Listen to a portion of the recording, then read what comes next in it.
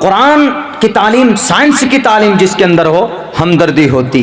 तो हमारे भारत के अंदर एक बहुत बड़ा साइंटिस्ट गुजरा है जो कुरान पढ़ना जानता था। वो इतना बड़ा महान इंसान है, इतना बड़ा साइंटिस्ट है हमारे भारत का, कि आज तक पूरी दुनिया के अंदर हमारे भारत के उस साइंटिस्ट से बड़ा कोई साइंटिस्ट पैदा नहीं हुआ आज तक। और वो कौन साइंटिस्ट है, कौन सा वैज्ञानिक है हमारे भारत का, जिसके अंदर हमदर्दी थी, इंसानियत थी, मानवता। वो कुरान भी पढ़ना जानते थे और वो महान साइंसदान भी थे। उस शख्स का नाम डॉक्टर एपीजे अब्दुल कलाम जी।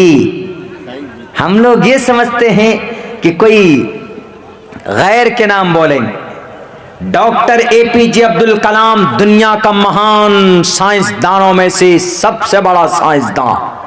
कैसे? जमीन से आसमान पर, चांद पर बहुत बड़े बड़ी कंपनियां, बड़े बड़े मुल्कों ने, अमेरिका ने, चीन ने, जापान ने, रूस ने जहाज भेजे। 500,000 कितनों करोड़ों रुपए खर्च हुआ, लेकिन सबसे कम खर्च में जमीन से चांद पर इंसानों को अगर किसी ने पहुंचाया है तो उस साइंसदान का नाम डॉक्टर एपीजे अब्दुल कलाम है। दुनिया ताज्जुब में रह गई, इतने कम पैसों में जहाज बनाकर आसमान चांद तक भेज दिया, मार्स तक पहुंचा दिया। क्या आदमी है! यानी जहां 500 करोड़ रुपए मिसाल के तौर पर खर्च पड़ते हैं, तो वहां 300 करोड़ रुपए में इन्होंने वो कर दिखाया। Doctor APJ Abdul Kalam. हमारे भारत में मिसाइल नहीं था, अमेरिका वाले के पास बहुत सारे मिसाइल थे, चीन वालों के पास। हमारे भारत के अंदर एक दूसरे के मुंह देखते थे कि क्या हो, कैसे हो, कहां से मिसाइल लाएं। तो डॉक्टर एपीजे अब्दुल कलाम खड़े हुए।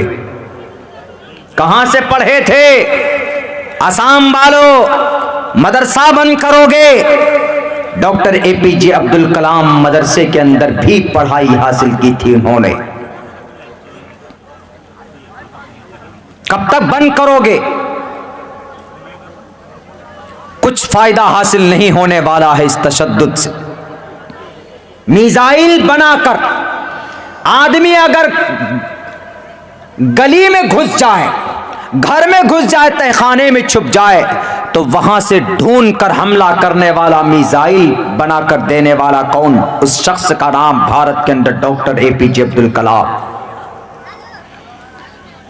कुरान भी जानते थे, साइंस भी जानते थे। अब हमदर्दी कैसी थी इसके अंदर? एक मर्तबा मेघालय का सफर था,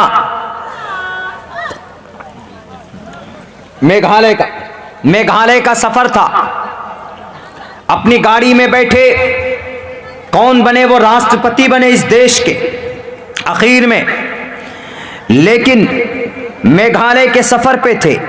जब उन्होंने देखा कि सामने भी गाड़ियां हैं, 5-6 पीछे भी गाड़ियां, एक जवान फौजी को मशीन गन ताने हुए खड़ा है कि कहीं हमारे राष्ट्रपति डॉक्टर एपीजे अब्दुल कलाम साहब को कोई दिक्कत, कोई परेशानी ना, कोई हमला ना कर दे। उनके प्रोटेक्शन के लिए खड़े थे। डॉक्टर साहब देखते रहे बहुत देर तक। उन्होंने गाड़ी रुकवा कर पूछा कि ये लड़का क्यों खड़ा, ये मिलिट्री वाला नौजवान क्यों खड़ा है? उन्होंने कहा कि सर आपकी प्रोटेक्शन के लिए खड़ा है। कहा कि उस जवान को लाओ मेरे सामने।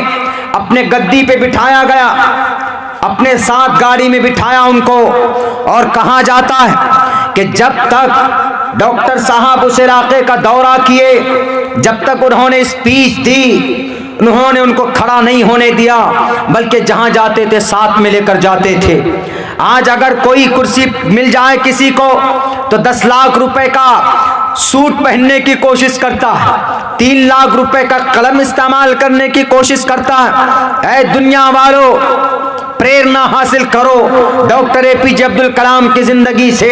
उनको 3 लाख 10 लाख का सूट नहीं, बल्कि अगर किसी कॉन्फ्रेंस हॉल में जाते थे तो कुर्सी अगर उनके लिए अलग बनती थी तो उस कुर्सी को उठाकर अलग करके जो कॉमन कुर्सी बनी हुई होती थी उसी कुर्सी पर बैठकर लोगों को संबोधित करते थे। अगर जरूरत पड़ जाती थी तो नीचे जमीन पे बैठकर लोगों से बातें किया करते थे। वो भूल जाते, जानते थे वो कि मैं राष्ट्रपति हूं, लेकिन उनके अंदर हमदर्दी थी। उस नौजवान को खड़ा होते देखकर दिल के अंदर हमदर्दी आई, दिल के अंदर रहम पैदा हुआ।